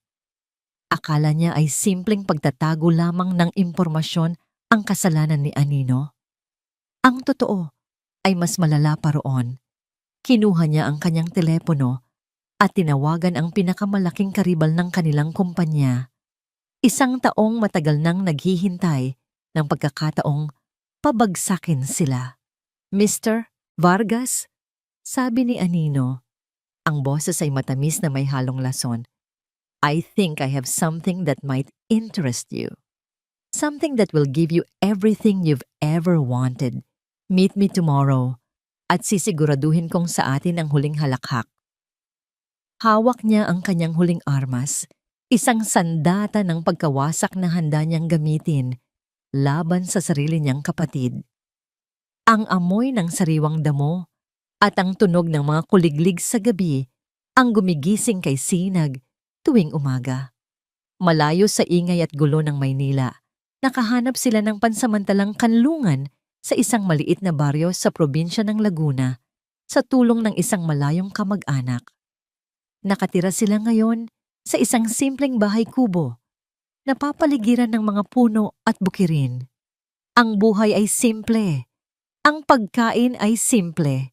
Ngunit sa unang pagkakataon sa loob ng maraming buwan, nakaramdam si Sinag ng kapayapaan. Ang kanyang mga anak, lalo na si Miguel, ay unti-unting lumalakas. Ang malinis na hangin ng probinsya ay tila naging gamot sa kanilang mga munting katawan. Masaya silang naglalaro sa ilalim ng araw, malayo sa mga mapanghusgang mata ng syudad. Pinutol ni Sinag ang lahat ng koneksyon sa kanyang dating buhay. Wala siyang telebisyon, hindi siya gumagamit ng social media. Ang tanging balita na dumarating sa kanya ay mula sa mga lumang diaryong pambalot ng isda sa palengke. Isang hapon, habang namimili siya ng gulay, isang lumang pahayagan ang nakakuha ng kanyang atensyon. Ang mukha ni Tala Alon ay nasa front page. Dahan-dahan niyang pinulot ito. Ang headline ay nakalimbag sa malalaking titik. Tala Alon, nagbitiw bilang CEO. Inamin ang pagkukulang sa kanyang mag-iina. Nanginginig ang mga kamay na binasa ni Sinag ang artikulo. Ang bawat salita ng public apology ni Tala, ang pag-amin nito sa kasalanan ni Anino, ang pagtalikod nito sa lahat ng kanyang kapangyarihan. Lahat ng iyon ay tila hindi kapani-paniwala.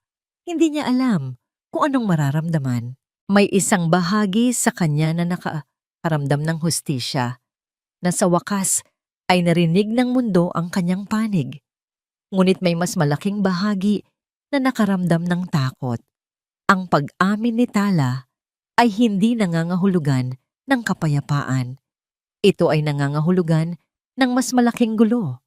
Ngayon, Hindi na lang siya isang babae sa isang eskandalo. Siya at ang kanyang mga anak ay opisyal na ng mga tagapagmana ng isang imperyo. Isang imperyong ayaw niyang maging bahagi. Ang kanyang payapang mundo ay muling nanganganib. Hahanapin niya tayo, bulong ni Sinag sa sarili habang naglalakad pauwi. Ang dyaryo ay mahigpit na hawak sa kanyang kamay. Ang takot na yon ay nagkatotoo kinagabihan. Habang naghahanda siya ng hapunan, isang marangyang itim na sasakyan ang marahang huminto sa harap ng kanilang maliit na bahay kubo. Ang kaibahan nito sa simpleng kapaligiran ay kapansin-pansin. Natigilan si Sinag. Ang kanyang puso ay nagsimulang kumabog ng malakas. Dahan-dahan niyang sinilip sa bintana. Mula sa driver's seat, isang lalaki ang bumaba. Hindi na niya suot ang mamahaling suit na tanda ng kanyang kapangyarihan. Ngunit kahit sa simpleng kasuotan, hindi maikakaila ang kanyang presensya. Si Tala Alon. Nakatayo siya roon. Ilang metro lang ang layo mula sa kanyang pinto. Ang kanyang mukha ay hindi na malamig at walang emosyon. Ito ay puno ng isang halo ng sakit, pagsisisi, at isang matinding pangungulila na tumagos hanggang sa kaibuturan ng kaluluwa ni Sinag. Nagtagpo ang kanilang mga mata sa pagitan ng siwang ng bintana. Sa isang iglap, ang 6 na taon ng sakit, ng galit, at ng pag-iisa ay tila naglaho. Ang tanging natira ay ang 2 taong pinaglapit at pinaghiwalay ng tadhana. Muling nagharap sa isang panibagong kabanata ng kanilang buhay. Nahanap na niya sila. Ang tanong na ngayon ay, ano ang susunod na mangyayari? Nakatayo si Tala sa labas ng bahay kubo. Ang puso niya'y kumakabog na parang isang tambol sa digmaan. Sa pagitan nila ni Sinag ay isang manipis na pinto. Ngunit para sa kanya, ito ay isang pader na binuo ng 6 na taon ng sakit, kasinungalingan, at pagkakahiwalay. Huminga siya ng malalim at dahan-dahang nagsalita. Ang boses ay basag at puno ng pagsisisi. Sinag, pakiusap, huwag kang tumakbo. Hindi ako naparito para kunin ang mga bata. Naparito ako para sa'yo. Sa loob, napapikit si Sinag. Ang bawat salita ni Tala ay isang alon na humahampas sa pader na matagal na niyang binuo sa paligid ng kanyang puso. Dahan-dahan niyang binuksan ang pinto. Humarap siya kay Tala. Ang kanyang muka ay isang maskara ng pagpipigil. Ano pa ang kailangan mo, Tala? Hindi pa ba sapat na winasak mo na ang buhay ko? Ang sakit sa bawat salita ni Sinag ay tila isang punyal na bumaon sa puso ni Tala. Walang pag-aalinlangan, ginawa niya ang isang bagay na hindi pa niya nagawa sa buong buhay niya. Sa harap ng babaeng sinaktan niya, sa lupang tinatapakan nito, si Tala Alon ay marahang lumuhod. Patawarin mo ako, sabi niya. Ang kanyang mga mata ay nagmamakaawa. Ang kanyang boses ay isang bulong ng purong paghihirap. Patawarin mo ako, Sinag, sa lahat. Natigilan si Sinag, ang makapangyarihang Tala Alon, nakaluhod sa kanyang harapan. Nabulag ako. Pagpapatuloy ni Tala, ang mga luha ay malaya nang dumadaloy sa kanyang mga pisngi. Nabulag ako sa galit, sa sarili kong sakit, sa mga kasinungalingan ng sarili kong kapatid. Totoo ang sinabi mo. Nagpadala ka ng email at binura niya iyon. Binura ni Anino ang pagkakataon kong maging ama sa mga anak natin mula sa simula. Ikinuwento niya ang lahat. Ang resulta ng investigasyon, ang pagtatago ni Anino sa email at ang mas malalim na sikreto. Ang hinala niya na may kinalaman din ito sa pagkamatay ni Bianca. Ikinuwento niya kung paanong minanipula siya ni Anino sa loob ng maraming taon gamit ang kanyang kalungkutan bilang isang sandata. Walang araw na hindi kita naisip pagkatapos ng gabing iyon sa Rome, pag-amin niya. Ngunit kinumbinsi ko ang sarili ko na isa lang akong pagkakamali para sa'yo. Isang pagkakamaling mas madaling kalimutan. At ang pride ko, ang galit ko, iyon ang sinakyan ni Anino para sirain ka. Para sirain tayo. Nakatayo lamang si Sinag, pinapakinggan ang lahat. Ang pader sa kanyang puso ay nagsimulang gumuho, brick by brick. Ang galit ay dahan-dahang napalitan ng isang nakakalunod na kalungkutan. Alam mo ba kung anong pakiramdam? Nagsimula siyang magsalita. Ang boses ay mahina, ngunit puno ng bigat ng 6 na taon. Kung anong pakiramdam na mag-isang magpalaki ng 5 anak, na bilangin ang bawat sentimo para lang may maipakain sa kanila, na magdasal sa gabi na sana walang magkasakit dahil wala akong pambili ng gamot. Mag-isa tala. Hinarap ko ang lahat ng mag-isa. Sa kabilang banda, sa Maynila. Sa isang grand ballroom, nakatayo si Anino lihim sa isang entablado, puno ng kumpiyansa. Nasa likod niya ang logo ng karibal na kumpanya. Nasa harap niya ang nag-aabang na media. Ngayong araw, panimula niya na may isang mapanuyang ngiti.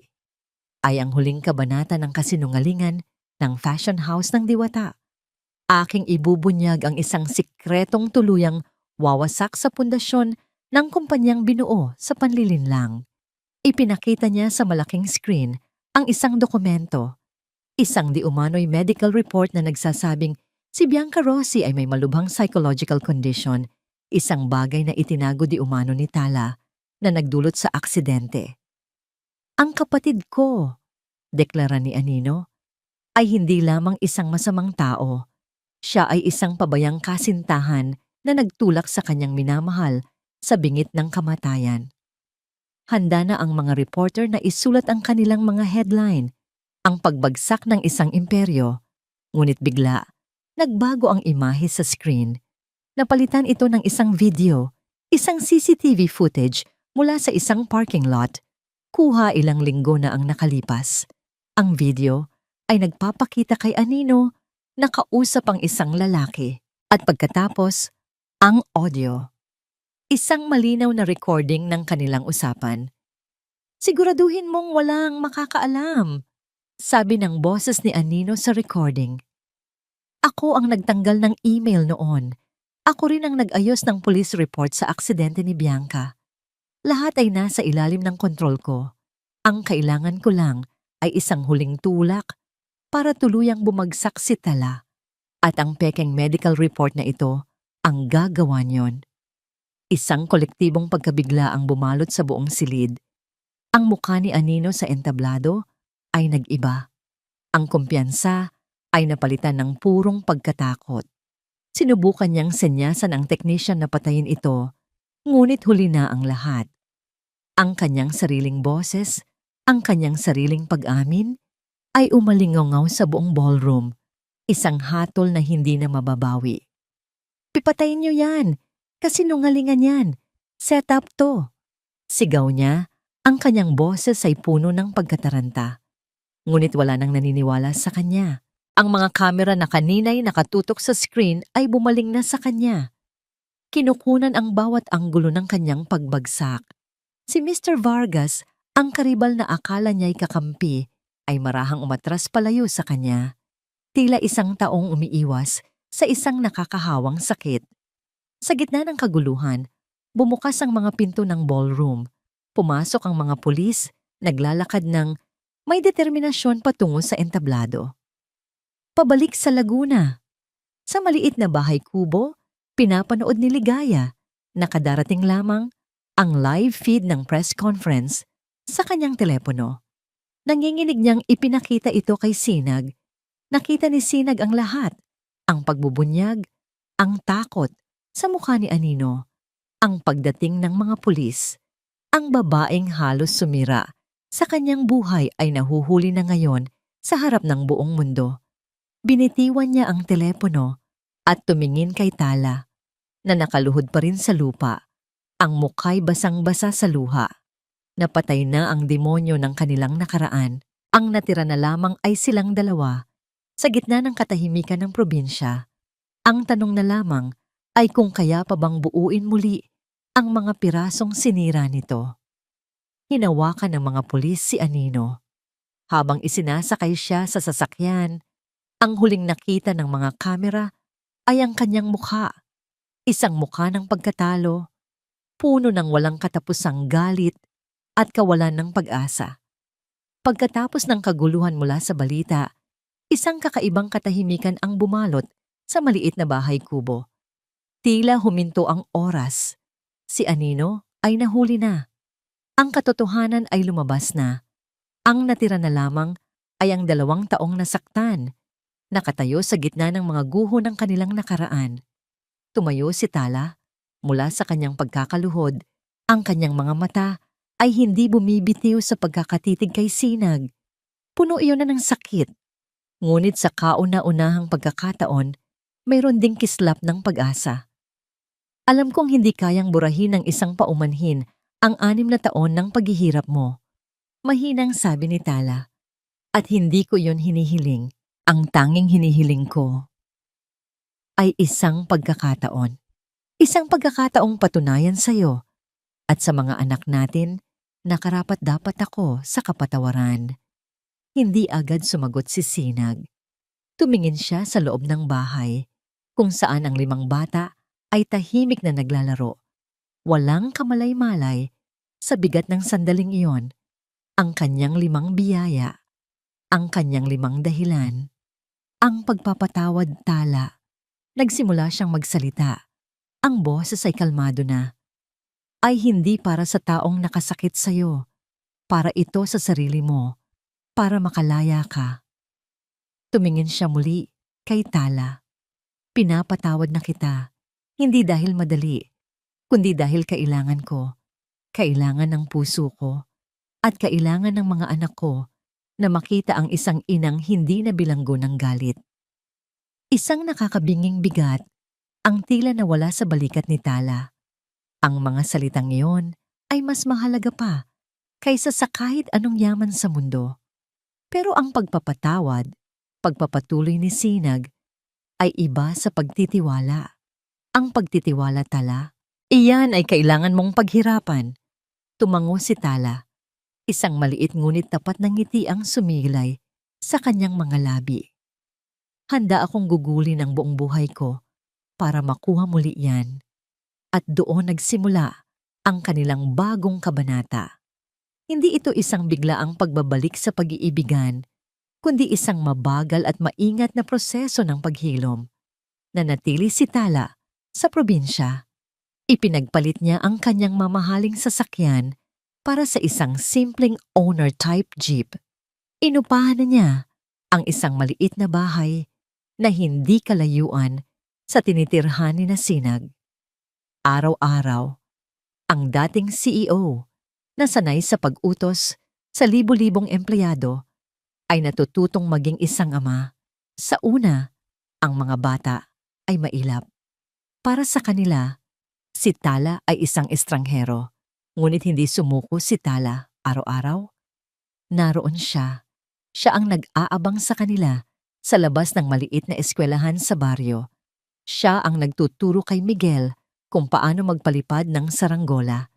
Siya ang nagbabasa ng kwento para kay Faith hanggang sa makatulog ito. Siya ang matiyagang naghihintay.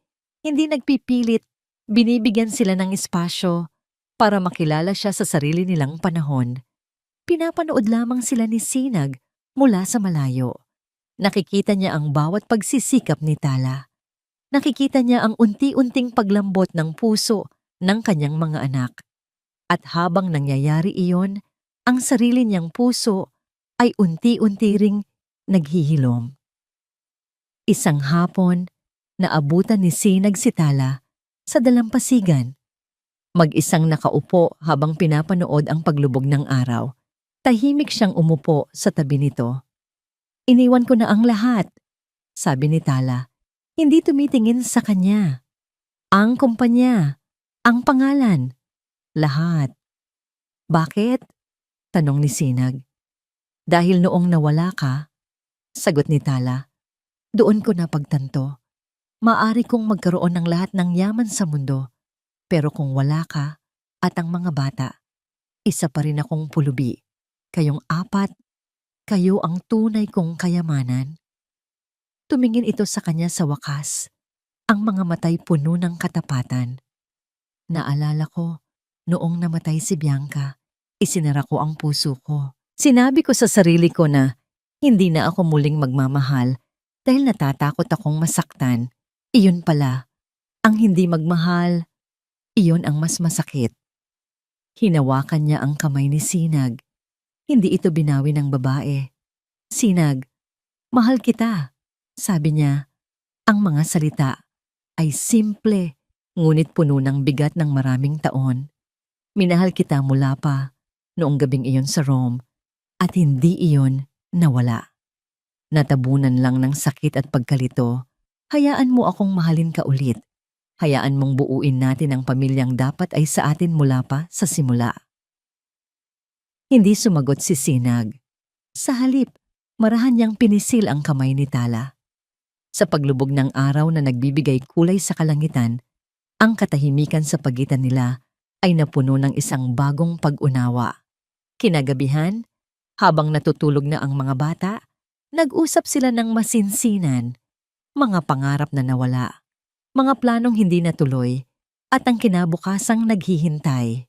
Gusto kong gamitin ang talento ko, sabi ni Sinag. Gusto kong magtayo ng isang maliit na negosyo, gumawa ng mga damit para sa mga bata. Isang bagay na sarili kong pinaghirapan. Ngumiti si Tala. At susuportahan kita, hindi bilang isang bilyonaryo, kundi bilang isang partner, bilang isang ama sa mga anak mo. Bago matapos ang gabi, may isang huling tanong si Tala. Sinag, sabi niya, ang kanyang boses ay may halong kaba. Will you marry me? Hindi ngayon, hindi bukas, kundi sa araw na maramdaman mong buo na ulit ang tiwala mo sa akin. Handa akong maghintay, gaano man katagal. Tinitigan ni Sinag ang lalaking nasa harapan niya. Isang lalaking nagkamali, nasaktan, ngunit handang magbago at magsimulang muli. Isang tunay na ngiti, ang unang tunay na ngiti na nakita ni Tala sa loob ng 6 na taon, ang sumilay sa mga labi ni Sinag. Tingnan natin Talaalon, tingnan natin. At para sa kanila, ang sagot na yon ay sapat na. Lumipas ang 1 taon. 1 taon ng dahan-dahang paghilom, ng pagbuo ng mga bagong alaala, at ng pagpapatibay ng mga pundasyong winasak ng nakaraan. Ang dating bahay kubo ay naging isang maaliwalas na tahanan. Sa tabi nito, isang maliit na pagawan ang itinayo. Ang Sinag Araw Creations, ang munting negosyo ng damit pambata ni Sinag, na unti-unti nang nakikilala, hindi lang sa kanilang baryo, kundi maging sa mga kalapit bayan. Bawat tahi ay may kasamang kwento ng pagbangon, bawat disenyo ay simbolo ng pag-asa. Si Tala naman, malayo na sa dating imahe ng isang makapangyarihang CEO. Ang kanyang mga kamay, na dating sanay lamang sa pagpirma ng mga kontrata, ay sanay na ngayong magkumpuni ng sirang bubong, magtanim ng gulay sa bakuran, at higit sa lahat, humawak sa maliliit na kamay ng kanyang mga anak habang inihahatid sila sa eskwela. Natagpuan niya ang isang uri ng kayamanang hindi kayang bilhin ng pera, ang pagiging isang ama.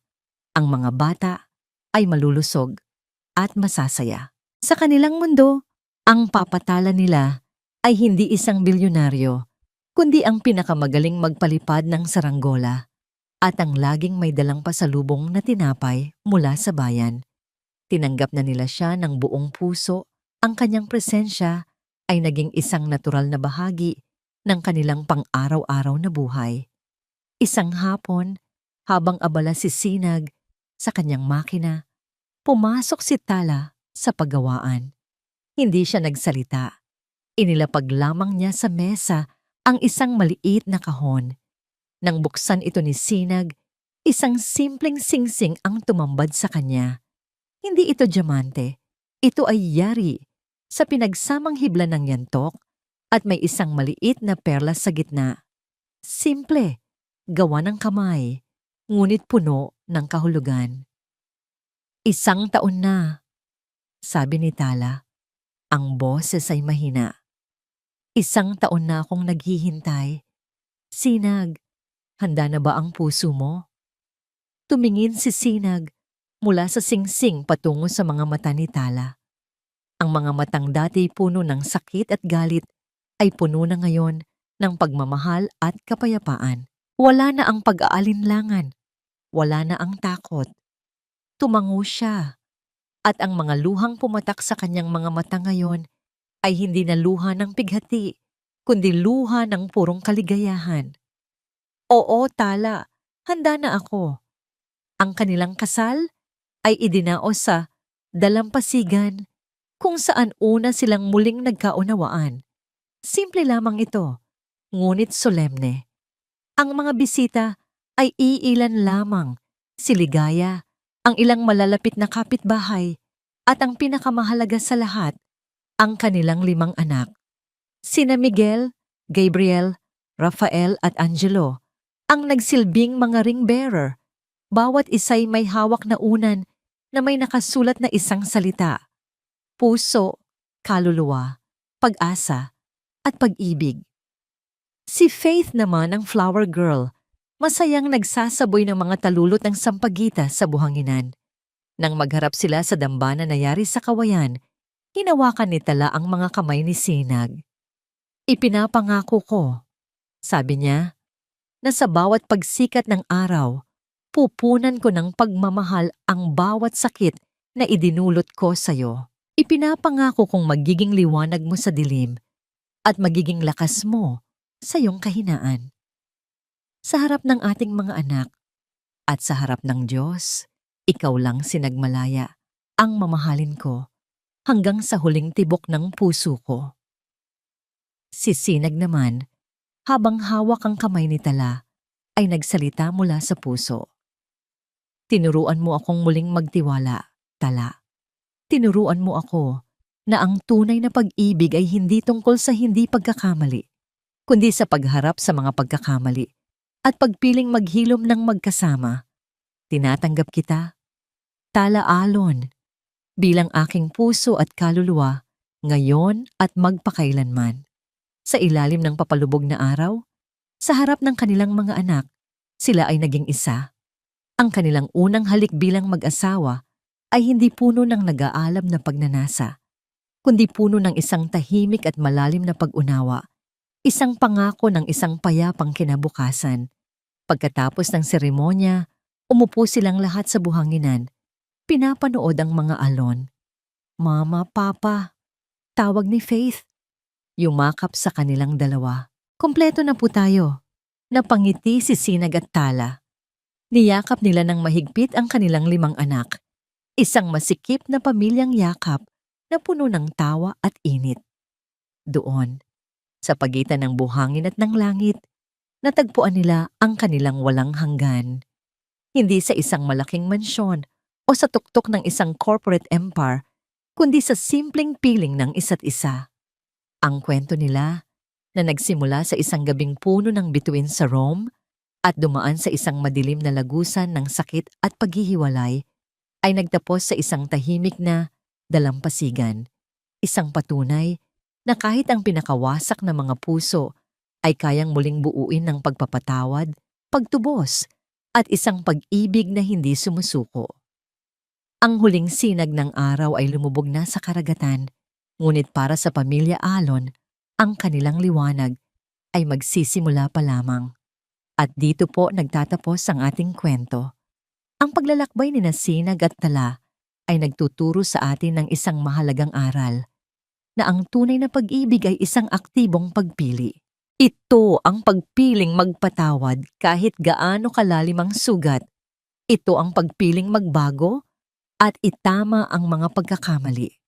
At higit sa lahat, ito ang pagpiling buuin muli ang tiwala. Gaano man ito kahirap para sa isang pamilyang tunay na mahalaga. Maraming salamat po sa inyong walang sawang pagsubaybay sa kwentong ito.